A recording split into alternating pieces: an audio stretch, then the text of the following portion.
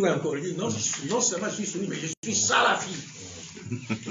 Mais quand tu vas dans son magasin, tu trouves qu'il est en train de vendre des Kenzo, des Korans, des histoires, c'est-à-dire des habits qui contribuent à dénider les filles mariennes. Mais il se dit sunnite. Est-ce que vous comprenez?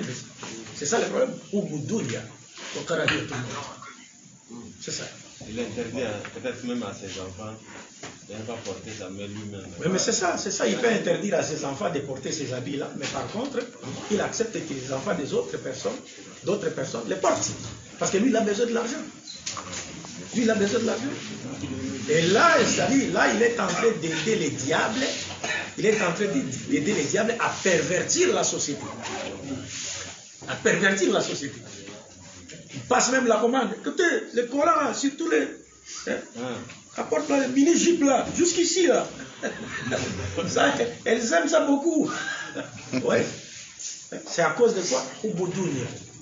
L'amour du monde. Et le prophète nous a mis en garde contre ça. Que Dieu nous en préserve. Oui.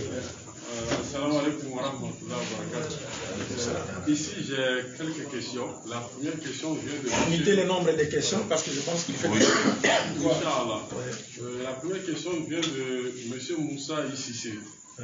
Il dit, est-ce que l'islam autorise la fête des dates d'un prophète de Dieu? Si oui, Maouloud est-il la date exacte de la naissance du prophète sallallahu alayhi wa sallam? Sinon, que pensez-vous de la fête de Maouloud? Oui, mais comme je l'ai dit tantôt, il n'y a que 3 fêtes en islam. Le Maoulid ne fait pas partie des fêtes musulmanes ou islamiques. Non. Mais est-ce qu'il est interdit de commémorer le Maoulid? Parce qu'il y a une différence entre fêter les Maoulid, il y a les ihtifal bi Maoulid Rasoul ou dhikr le Maoulid. Se rappeler de la naissance du prophète. Est-ce que cela est-il interdit? Faire du Maoulid une fête, c'est interdit en islam parce que le Maoulid n'est pas une fête islamique. Mais est-ce qu'il est interdit de parler de la naissance du prophète? Non, il n'est pas interdit de parler de la naissance du prophète. Et quand faut-il parler de la naissance du prophète? C'est pas comme ça se passe souvent le 12 Rabiul Awal, non.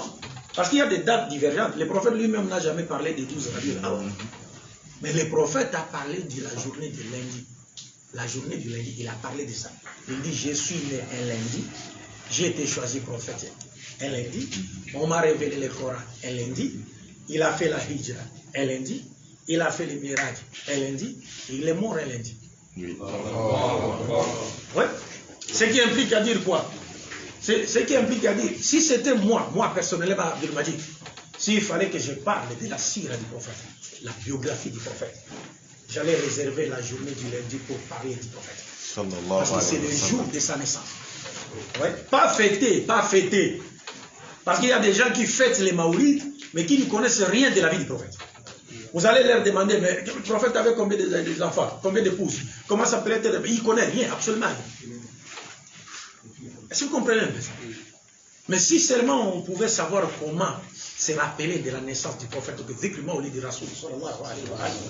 c'est-à-dire chaque lundi par exemple, les musulmans s'organisent, il y a ceux-là après la prière du Fajr, l'imam reste là pendant 30 minutes, il récite quelques chapitres du livre de la biographie Sira Nabawiya, et d'autres dans une autre mosquée, après Salat al-Dhuhri, on récite quelques pages, d'autres mosquées aussi, ainsi de suite. Pendant toute une année, vous savez, chaque lundi, si vous vous mettez à lire un chapitre de la vie du prophète, pendant une année, vous avez 48 lundis. En une année, vous avez 48 lundis. Donc vous allez finir le livre de la biographie du prophète et tous les musulmans qui viendront à la mosquée là, ils vont tirer profit, ils vont connaître la vie du prophète. Parce que le prophète, la vie du prophète, c'est quoi? C'est l'explication pratique des enseignements coraniques. Vous ne pouvez pas comprendre le Coran ou comment mettre en pratique les enseignements de l'islam dans notre vie quotidienne sans passer par là. La vie du prophète Mohammed sallallahu alayhi wa sallam. Donc le lundi, et puis ce n'est pas aussi un hasard que le prophète ait mentionné ce jour en disant je suis né lundi, ce n'est pas un hasard. C'est pas un hasard. C'est pourquoi il y a même des oulémas qui disent qu'on peut faire un jeûne même ce lundi-là en signe de reconnaissance à Dieu de nous avoir envoyé qui? Le prophète Mohammed. Et ce jeûne est appelé Suyam Moussadda. Les oulémas, certains oulémas l'appellent Suyam Moussadda. Donc, ça, mais pour en faire une fête, non, le Maolid n'a jamais été une fête islamique. Ça n'a jamais été. Mais il n'est pas interdit de parler de la naissance de qui? Du prophète. Mais quand faut-il parler de la naissance du prophète? Et comment faut-il parler de la naissance du prophète? Comment faut-il parler de la naissance? Parce que souvent, lorsqu'on parle de Maolid, ainsi de suite, finalement, vous allez voir que des fois, on parle des Maolid du prophète, mais ce n'est plus le prophète qui est à l'honneur. Ce n'est plus le prophète qui est à l'honneur.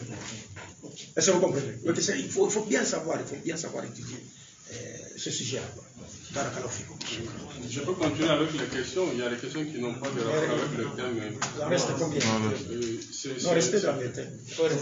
Par exemple, cette question vient de M. Soumaïla M. Traoré par rapport à la fête, à la célébration de la fête de l'Ouest. Il dit comment l'Afrique de l'Ouest serait majoritairement musulman et tombée dans cette fête. Mais c'est l'objet de la prophétie, comme je l'ai dit. Mais qui pouvait imaginer qu'on pouvait trouver Abu Dhabi ici?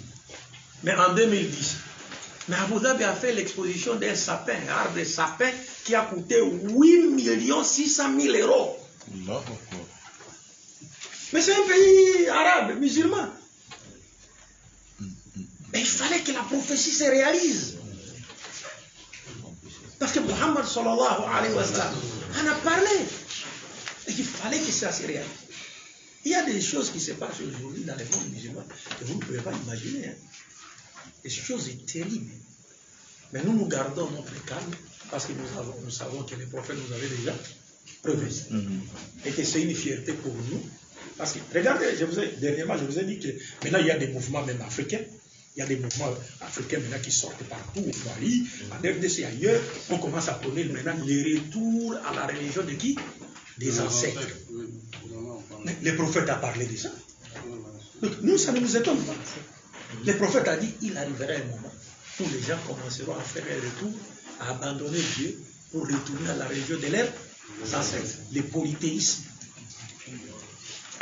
Et c'est ce qui va conduire à la fin de l'humanité. Ça vient. Si on comprend. C'est l'objet de la prophétie. C'est l'objet de la prophétie. Et il continue en disant que si un voisin chrétien nous invite ou nous offre un cadeau, qu'est-ce qu'on doit faire? Donc, normalement, lorsque quelqu'un vient à vous, se présente à vous et vous offre un cadeau, le bon sens exige qu'on ne dise pas bon.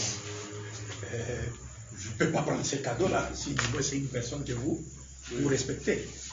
Si c'est une personne que vous respectez et qui ne maîtrise pas votre religion, qui ne connaît pas votre religion. Parce que s'il connaissait votre religion, il ne se serait jamais permis de faire quoi? De vous offrir un cadeau à l'occasion de cette fête-là. Parce qu'il sait que vous ne fêtez pas, vous ne célébrez pas, vous ne fêtez pas cette fête. Est-ce que vous comprenez? Donc, si c'est une personne que vous respectez,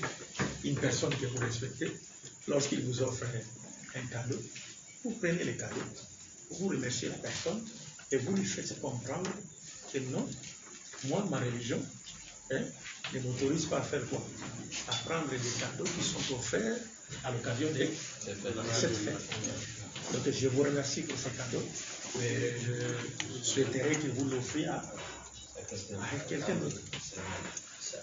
Est-ce que vous comprenez? Wallahu a'lam. Il y a même certaines paroles des savants, je lis dans un livre, certains savants disaient, bon, vous pouvez prendre, il y a même une parole d'Aïcha, mais ça reste à vérifier pour savoir si cette parole est authentique. Il y a même des grands chouours finalement que j'ai lu ça, mais ça reste, il faut que je vérifie, où on autorise à prendre des cadeaux de nature qui ne sont pas comme des viandes, qu'on a égorgées, ainsi de suite. Parce que si on vous offre d'autres choses, tels que des biscuits, bonbons, ainsi de suite, on peut les prendre juste par courtoisie. Mais il y a des chouours, la majorité des chouours sont catégoriques pour dire on ne peut pas accepter des cadeaux dans ce contexte-là, parce que ce serait une façon de faire quoi? De les encourager dans les mal. Vous voulez que j'arrête? Il faut continuer. Non, mais on a fait combien de Dernière question. Il y a une personne qui a posé cette question, mais il n'a pas mentionné son nom. Il dit, est-il bon qu'un musulman puisse se marier à une juive? Ce n'était pas le sujet du jour. Oui. Non, mais du moins, il est autorisé à un musulman de marier une juive et aussi de marier une chrétienne. Mais il y a des préalables. Pas le contraire. Mais un musulman qui veut épouser une juive ou une chrétienne, cela lui est autorisé.